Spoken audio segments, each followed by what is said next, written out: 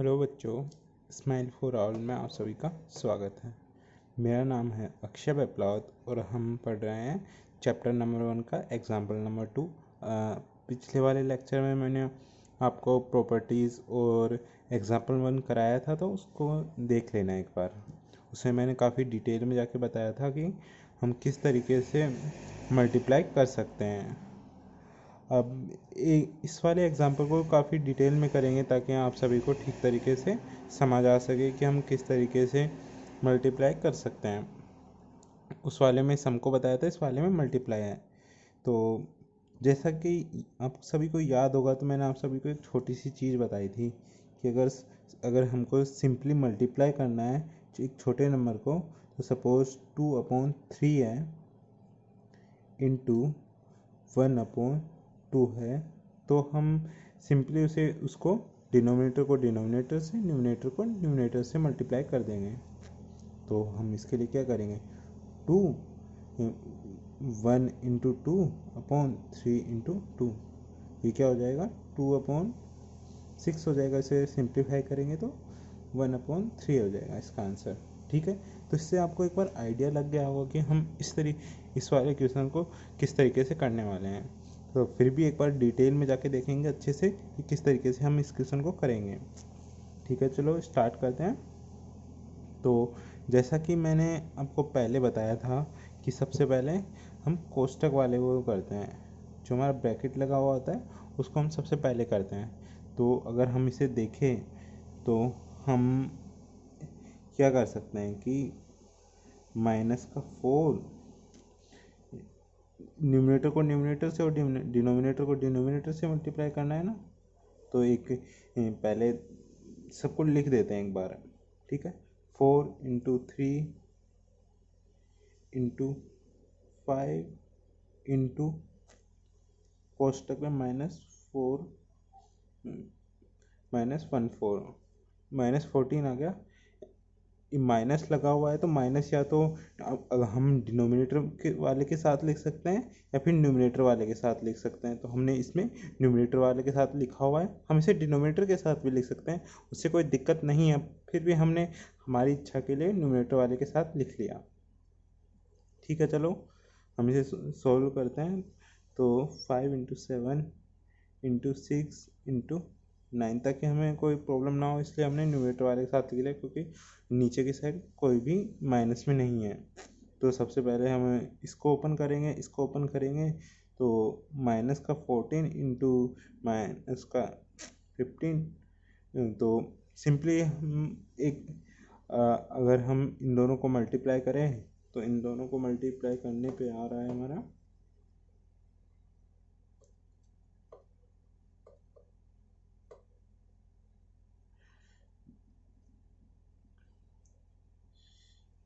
इन दोनों को मल्टीप्लाई करें अगर हम, तो हमारा आएगा -210। ठीक है, -210 आएगा। और इसी तरीके से सपोज हम इन दोनों को भी मल्टीप्लाई कर ले तो हमारा इसका सिंपली -12 आ जा रहा है। -12 हो जा रहा है, तो इनको नीचे वालों को तो हमारे माइनस का कोई है भी नहीं नीचे, तो माइनस का नहीं है कोई नीचे, तो इनको सिंपली मल्टीप्लाई कर सकते हैं। तो 5×7×16×9 करने पर हमारा आंसर आ जा रहा है 5040 हमारा आंसर आ जाएगा। और अगर न्यूमरेटर में देखें तो आएगा -12 इंटू जो भी माइनस का नंबर होगा उसे हम या तो ब्रैकेट में लिख सकते हैं, अगर उसके आगे एक और नंबर है तो एक और अगर साइन है उसके आगे तो हम उसे ब्रैकेट के अंदर लिखेंगे, ताकि हमें जानने में आसानी हो कि आखिर भाई माइनस का नंबर है या फिर माइनस हो रहा है। ठीक है, तो हम इसे जनरली ब्रैकेट में लिखते हैं। ब्रैकेट में लिखने से हमको अब थोड़ा हमें पता चल रहा है कि -12 इंटू -14 है।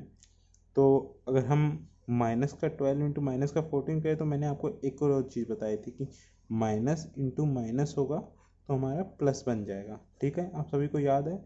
याद नहीं है तो एक बार जाके अच्छे से देख लो, मैंने उसमें सबके बारे में बताया है। तो पहले हम अगर माइनस का 12 इंटू माइनस का 14 करेंगे तो ये बात तो हमको समझ में आ गई कि भाई नंबर हमारा प्लस में आएगा, नंबर हमारा प्लस में आएगा, और जो भी नंबर आएगा वो आएगा 12 इंटू 14। तो 12 इंटू 14 कितना होगा हमारा? ये होगा 168 अपॉन 5040। ये हमारा इसकी वैल्यू आ जा रही है। ठीक है, आई थिंक आपको समझ में आ गया होगा कि हम किस तरीके से, फिर भी हम एक बार इसे और वापस रिपीट करेंगे। पहले इसका कंप्लीट आंसर निकाल लेते हैं। तो हम इसे और ज़्यादा सिंप्लीफाई करेंगे। सिंप्लीफाई करने का क्या मतलब है कि हमें जो जो लग रहा है कि भाई इसमें और किस किस से डिवाइड कर सकते हैं, तो हम इसे न्यूमिनेटर को और डिनोमिनेटर को, दोनों को अगर हम 2 से डिवाइड करें, जैसा कि मैंने आपको बताया था कि हम किसी भी नंबर से डिवाइड और मल्टीप्लाई कर सकते हैं। डिवाइड और मल्टीप्लाई करने का क्या मतलब है? सपोज 2/2 को हम किसी भी, सपोज 2/2 है, अगर हम इसे 4/4 से मल्टीप्लाई कर दे तो कोई डिफेक्ट पड़ेगा? इस पर नहीं पड़ेगा। इसके पहली वैल्यू 1 थी, अब भी वैल्यू 1 है। ठीक है, 4/4 हो गया। अगर सपोज हम इसे 2/2 है, इसे 1/2 से भी डिवाइड कर दे तो भी कोई फर्क नहीं पड़ेगा। ठीक है, इसे मल्टीप्लाई कर दें तो भी कोई फर्क नहीं पड़ेगा, क्योंकि इसकी वैल्यू तो अब भी 1 ही है ना। ठीक है, तो यही चीज़ हम इसके अंदर कर रहे हैं कि 1/16 2 इंटू 1/2/1/2। ये हमारे मतलब हमें समझने के लिए लिख रहा हूँ, पर अगर आपको करना है तो सिंपली वहाँ से लिख सकते हैं कि 8/4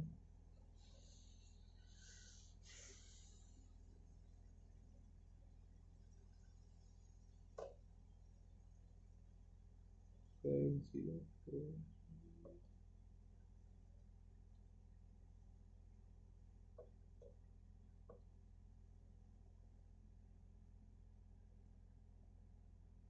ऐसे अगर हम सिंप्लीफाई करते जाएंगे, करते जिस जिसका हमको लग रहा है कि जो जिस से हम डिवाइड कर सकते हैं, इसी तरीके से उसे करते जाएंगे, और हम इसे देखेंगे कि आखिरी में इसका जो फाइनल आंसर आ रहा है वो होगा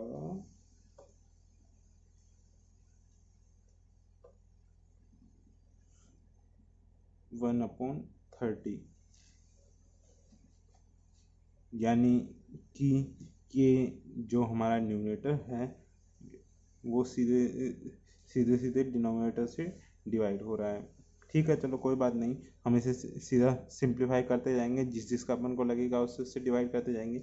अभी आपको इस प्रोसेस के बाद ज़रूरी नहीं है, फिर भी मैंने आपको बता दिया एक बार के लिए। यहाँ तक आपको याद रखना है कि यहाँ तक कैसे निकालना है कि सीधा सिंप्लीफाई, पहले तो माइनस का जो भी नंबर है उसको हम न्यूमिनेटर में रखेंगे।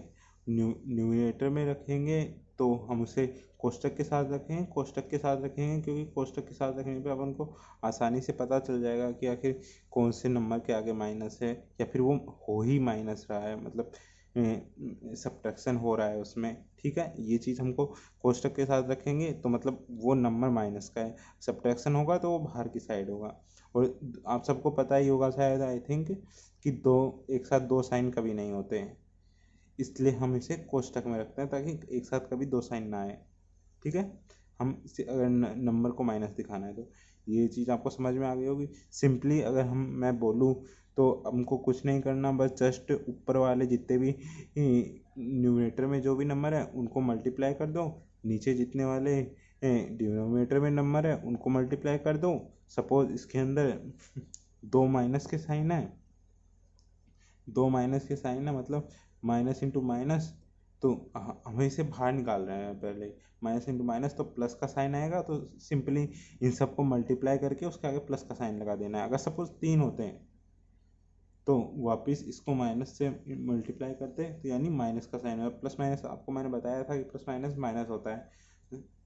तो इसका मतलब क्या हुआ कि जब भी अगर 3 माइनस के साइन आएंगे तो उसका इंटू करने पे माइनस का साइन आएगा फाइनल रिजल्ट के सामने। सिंपली उसे न्यूमरेटर को न्यूमरेटर से और डिनोमिनेटर को डिनोमिनेटर वालों से इंटू करने के बाद उसके आगे माइनस का साइन लगा देंगे।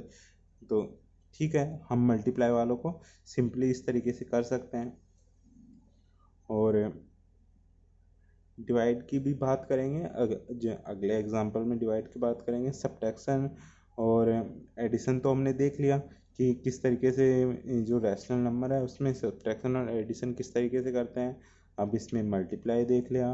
अगर हम मैं छोटा सा एक आपको बता देता हूँ ऐसे ही, ठीक है चलो। 1/2 अपॉन 2/3, ठीक है, ये मैंने आपको लिख रखा है। तो इसे हमारा पिछला वाला तो होगा, ठीक है चलो। अगर हम इसे इसे करना है तो किस तरीके से करेंगे। जब भी हमें डिवाइड का साइन दिया होगा तो हम उसे मल्टीप्लाई के साइन में चेंज करेंगे। कैसे चेंज करेंगे, जो भी ये लिखा हुआ है इसे जो न्यूमरेटर है उसे डिनोमिनेटर बना देंगे, जो डिनोमिनेटर है उसे न्यूमरेटर बना देंगे। 1/2 इंटू 3/2 हो जाएगा। समझ में आ रहा है क्या करना है। न्यूमिनेटर को डिनोमिनेटर, डिनोमिनेटर को न्यूमिनेटर, और डिवाइड के साइन को मल्टीप्लाई वाले साइन में, ठीक है। तो आपको पता ही है अब मल्टीप्लाई तो कैसे करना है। 1/3/2 ये आ जाएगा 3/4, ठीक है। आप सबको समझ में आ गया एक छोटे एग्जाम्पल से हमें क्या करना है। और आप सबको मैंने बताया है कि अगर सपोज ब्रैकेट पहले दिया होगा तो ब्रैकेट वाले को सॉल्व करेंगे, माइनस पहले दिया होगा तो